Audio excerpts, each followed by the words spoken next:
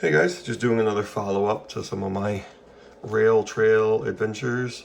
This is part of this would have been actually connected to the Farmington Rail Trail, which used to be the Cocheco Railroad. So the Cocheco laid down the tracks, and this would have connected to Dover, going the direction I'm showing you, across the Spalding Turnpike. They connected Dover to Farmington around 1849. And I say around because I do get different dates here and there. But I will say, walking the rail trail last year, there was a stone culvert with 1849 inscribed into it. So there's a giveaway. Then eventually they connected Farmington to Alton Bay by 1851. In 1863, it was purchased by, now this is the original spelling of Winnipesaukee, I think. It's Winnipesaukee, something like that. That was a railroad. And that same year, the tracks were released to the Boston and Maine. And I often call the Cocheco, it wasn't the original.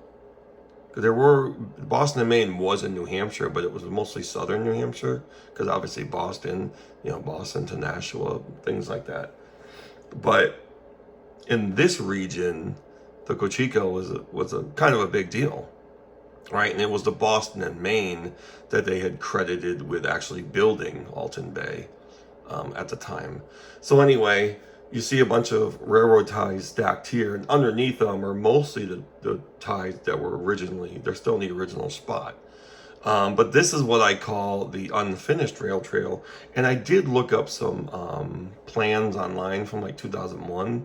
And I noticed a lot of the big concerns were, private property issues and things like that, which makes sense. So it's actually still an active rail trail in active construction, I guess, even though there's not really anything being done to it. So this is the kind of thing you see out there, and you do see plenty of things like this out there, and you'll see things like this, and you can see there's a trail side right here, but a lot of these ties are laying in place, just like that. And of course there's homes over here, and this is the river over here.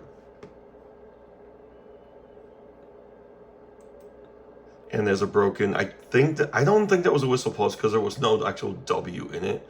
But when I walked back there, I was surprised to see there's still a lot of remnants of the railroad here. There's still things here. Now this is shaped like a whistle post. It may have just been some kind of a signal sign. It's a pretty thick beam. You can see it beveled on the top. But that could have been a wooden one, because the whistle post didn't start off as just concrete. From what I understand, some were wood and some were also made of iron. Today, it's just a signpost with a little white sign with a W on it, which is probably more reflective and more visible than these were. There's one hiding in the trees. And there's a series of these along that sidewalk I showed you on Charles Street. And again, I believe when they're closer together, that symbolizes that there's multiple crossings ahead, because in that section there is. It's just cool to see, because over here there's fences, people's yards and everything. But it's good to see that these stayed the same. When they built the properties and they built the big wide sidewalk over here, they left them alone, and that's the best thing to do. And you can actually see these just driving by. Not that you want to take your eyes off the road.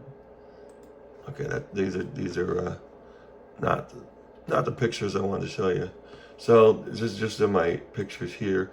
But one, you can see all my pictures. Isn't that cool?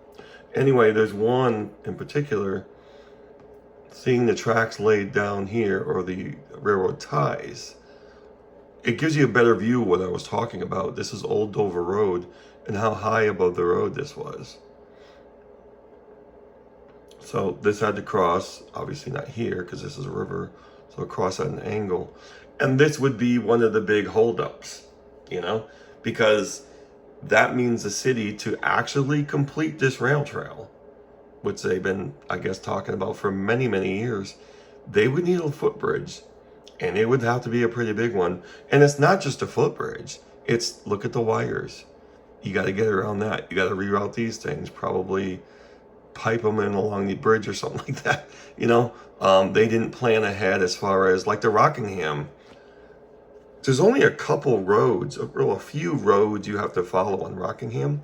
Now the Rockingham Rail Trail is two separate routes. One went to Wyndham and one went to Manchester. I think one is called the Portsmouth branch and the other one's called the Fremont branch. But they total 29 miles. And I walked that last year. In my video series, it's like an 18-part video series because, I could only walk so far in one weekend. And it was a long drive for me. I'd probably have to drive close to an hour just to get to these spots and then a little farther because I would try to there were some days I might go and only walk a half a mile to 3/4 of a mile because I knew, well, from this crossing, I'll get to this crossing, but the next crossing isn't for another 3 or 4 miles. I'm not going to walk all that way today. So I would end it there and then pick it up. So I would alternate Fremont side, Portsmouth side every other weekend. That's how I did that. And that's how I stored up so many videos. Because I finished it, I think I started sometime in September or August, and I didn't actually finish it to the middle of December. And I didn't finish uploading the videos till like the first week or so of February. So it was a lot of walking, and I'm real proud of myself. I never thought I could see myself doing something like that. But anyway, back to this one. Now the next crossing to here would be, it's actually called Railroad Ave, and then Pickering. And as I said in the other video, I tried to get through the brush in Pickering. You can clearly see the right-of-way, but the brush is so thick. And there's other spots going through Dover that are, there's homes built on them now. You can only go so far, and then you come to a cul-de-sac. So that's when I realized last year, I wouldn't be able to walk this. I have to kind of drive and hop to here and there, But anyway, that gets back to why I call it the incomplete rail trail. So what I did is I finished this. This picture is probably from December of last year. I can't remember because I went at 2 different times. Because when I was looking at the other side, which looks just like this, I wasn't sure. I'm like, there's houses there and am I allowed to go up there? So I called the city of Rochester, and I had mentioned that in my video, and they said, that is actually part of the rail trail. So just because you can't cross it on anything, you can go walk over there. So that's what I did. I pulled over up here and walked it. And then it ends at the Spalding Turnpike. Now, that wasn't planned out for either because like the Rockingham, there's a few roads you can cross, but under even the major highways you can walk. They've made tunnels. When they planned that out, those roads and highways, they planned it out to, we're going to tunnel over these things. Some look like giant culverts, like a pipe, but they're over 6 feet high. You can ride or walk through them comfortably. So you're tunneling under like Highway 101, you're tunneling under major roads. So there's many, many tunnels going under the road. So your walk on the Rockingham on either side is pretty uninterrupted. The only roads you have to cross are like side roads and things like that for the most part. It's not bad. So it's just the way it goes. Back then they probably weren't thinking much about that, finishing the rail trail. Because I don't know when these roads, I'm sure Old Dover Road's been there forever, but they had to, eventually you update bridges over the years, you do this and that. And I don't know what year this bridge was actually removed. It was just a pretty standard steel bridge from what I understand. But it's cool to see. These are all still here. You could still see the posts and everything. It's just, I don't know, it's amazing to see all that stuff. Still sitting there, and I hope it does sit there. The only thing is, if you're planning on riding your bike through here, let me tell you something. When I first saw this and learned about it, it was on YouTube, okay? And there was a guy recording it riding his mountain bike. And I kept thinking to myself, I heard this noise. And I'm like, does he have a flat tire or something? What's that? I'm like, I didn't realize it's off here. No, he's riding over the. When I visited, I'm like, holy crap! He rode all that way on these rail ties. So that was the bumping I heard.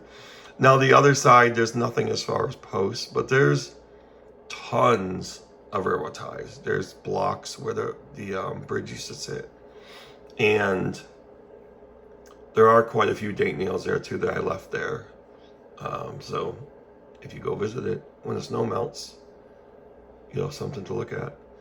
And there is a fence at the end where the Lilac City, Rochester Lilac City sign is back there, and then a fence, so you don't go walking onto the interstate. I don't know who would, but you just never know. But yeah, I just wanted to give you a view of that. So I don't know exactly how high that is.